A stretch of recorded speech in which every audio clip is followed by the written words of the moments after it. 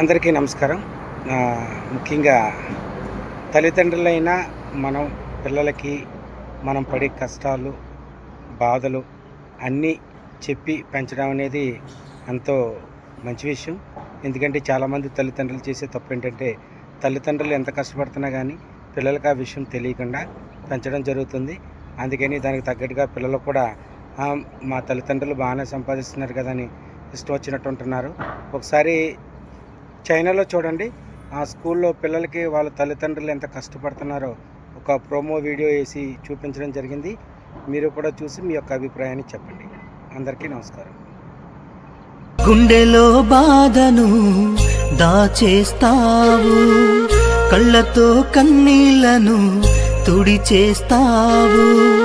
గుండెలో బాధను దాచేస్తావు, కళ్ళతో కన్నీళ్లను తుడిచేస్తావు.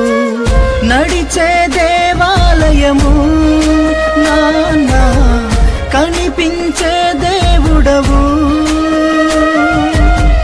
కాదని అననే అనవు నాన్న, అడిగినవన్నిస్తావు. నిత్యం నా కోసం శ్రమించే శ్రామికుడా, ఏమీ కోరని నిస్వార్థ స్నేహితుడా.